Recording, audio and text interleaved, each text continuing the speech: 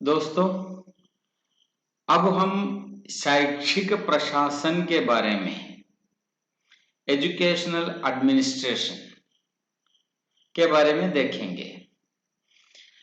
विद्यालय में हमने देखा मानव संसाधन और मानवेतर संसाधन या भौतिक संसाधन होते हैं। इन दोनों संसाधनों का समन्वय प्रक्रिया ही वास्तव में एडमिनिस्ट्रेशन है, प्रशासन है। प्रशासन एक व्यापक प्रक्रिया है। प्रशासन का अर्थ एवं परिकल्पना विशाल है।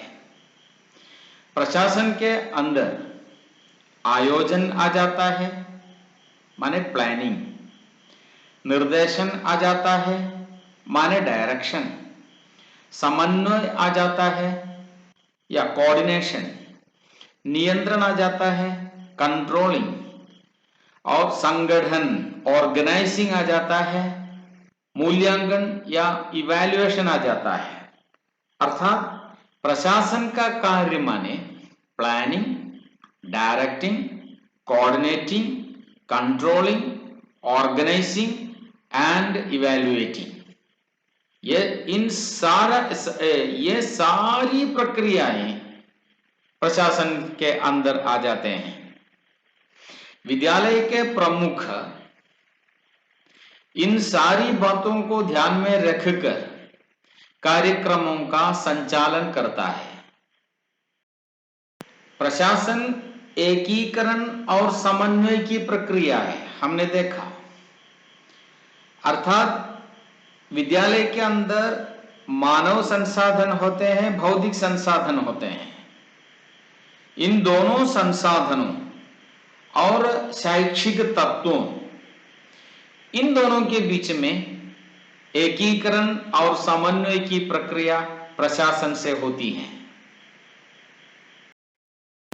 हम जानते हैं हर कक्षा में शैक्षिक काल 10 महीने का है, जून 1 से लेकर मार्च 31 तक।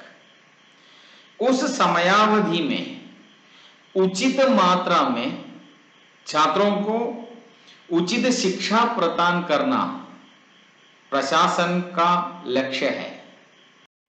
इसके लिए जितने भी संसाधन हो, उन संसाधनों का उपयोग प्रशासनकर्ता द्वारा करना चाहिए, जिससे छात्र का बौद्धिक विकास, ज्ञानार्जन की प्रक्रिया भी बढ़ती है और शिक्षक की कार्य कुशलता भी बढ़ जाती है।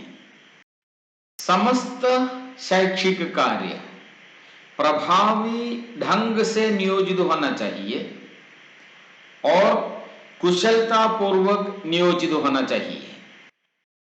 विद्यालय से बाहर जाकर छात्र अपना जीवन व्यतीत करता है।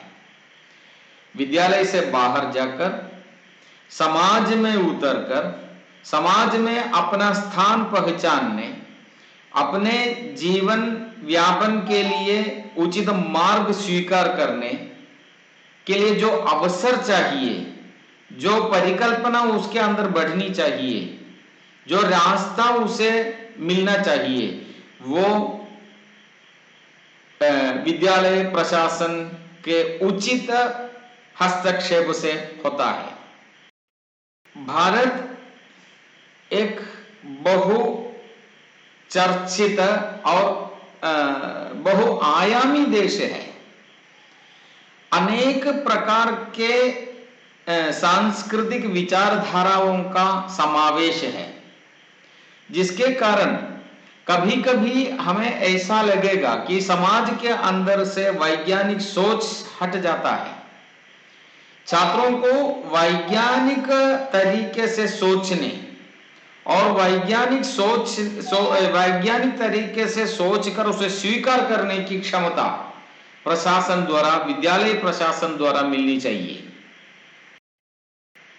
हमारा एक लोकतांत्रिक देश है। इस लोकतांत्रिक विचारधारा को स्वीकार करने के लिए छात्रों में लोकतांत्रिक विचारधारा के प्रति प्यार जगाने के लिए अनेक कार्यकलाप करनी पड़ती हैं, वो भी विद्यालय प्रशासन द्वारा ही संभव है। शिक्षकों की वृत्तिक क्षमता का विकास होना चाहिए, शिक्षकों के अंदर प्रोफेशनलिज्म बढ़नी चाहिए, समय समय पर उनके कार्यक्रमों का जो उचित प्रोत्साहन होनी चाहिए वो प्रोत्साहन मिलना चाहिए, और जहां जहां सुझाव होनी चाहिए वो सुझाव भी उसे देना चाहिए। प्रशासनकर्ता का एक बड़ा दायित्व है समाज के प्रति संबंध स्थापित करना। विद्यालय एक सामाजिक संस्थान है, समाज से हटकर विद्यालय का कोई स्वतंत्र अस्तित्व नहीं है। विद्यालय से हटकर समाज से हटकर विद्यालय का स्वतंत्र रूप विधान नहीं है। इसलिए समाज के प्रति समाज से अच्छा सा संबंध स्थापित करना प्रशासनकर्ता का दायित्व है, वही अच्छा प्रशासक बनता है। विद्यालय का उद्देश्य छात्र का सर्वांगीण विकास है। सर्वांगीण विकास माने कई प्रकार, इसका अर्थ यह है कि विद्यालय का लक्ष्य अनेक है। उन लक्ष्यों की पूर्ति के लिए प्रशासन जो संस्थान के अंदर होता है, छात्रों के मानसिक हो, शारीरिक हो, बौद्धिक हो, आध्यात्मिक हो, सामाजिक हो, सांस्कृतिक हो, ध्यान रखना चाहिए कि वो भी प्रशासन का एक दायित्व है। कार्यक्रमों के बीच समाज में प्रगति होती है, विद्यालय के कार्यक्रमों में भी प्रगति होती है। विद्यालय के कार्यक्रमों से विद्यालय में अनेक उपलब्धियां होती हैं। उसी प्रकार उपलब्धि के समान ही अवनति होने की भी संभावना है। दोनों को विचार करना चाहिए, आवश्यक परिमार्जन उसके अंदर होना चाहिए। तद्वारा शिक्षक प्रोफेशनल बन जाता है, वृत्तिक क्षमतावान बन जाता है। अनुशासन एक संगठन की अनिवार्य वस्तु है। कर्मचारियों के बीच में आदान प्रदान में जो आशय विनिमय में जो भिन्नताएं होने की संभावना है, वहां अनुशासित होके उसे आवश्यक परिमार्जन करके जो सामान्य नियम है उसे स्वीकार करने के लिए सबको विवश बना के प्रशासन का कार्य सुचारू बनाना चाहिए। आवश्यकता के अनुसार उपचारात्मक उपाय भी ढूंढना चाहिए। रिकॉर्ड को संभाल के रखना, रजिस्टर को संभाल के रखना, उसे अप टू डेट बना देना, कर्मचारियों के बीच में वित्त संबंधी जो प्रबंधन है उस पर निगरानी रखना और विभिन्न सामग्रियों का संरक्षण करना, उपयोग करना इत्यादि प्रशासन के अंदर आ जाते हैं।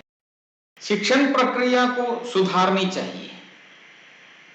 शिक्षण प्रक्रिया को गुणात्मक सुधार, शिक्षण प्रक्रिया पर गुणात्मक सुधार होनी चाहिए। उसके लिए नियमित ढंग से प्रशासन की व्यवस्था को परिमार्जित करना अनिवार्य है। संसाधन हो या भौतिक संसाधन हो, उसे पर्याप्त मात्रा में एवं सुनिश्चित मात्रा में उपयोग करना प्रशासन का काम है। अर्थात प्रशासन की सफलता ही शैक्षिक कार्यक्रम की सफलता है, प्रशासन की जीत ही विद्यालय की जीत है। जब प्रशासन ठीक है तो जो ज्ञान छात्रों के लिए मिलनी चाहिए वो छात्रों तक पहुंचा देगा, पहुंचेगा। साथ ही साथ ज्ञान को अपने व्यावहारिक रूप में परिवर्तन करने के लिए क्षमता भी छात्र को मिलेगा।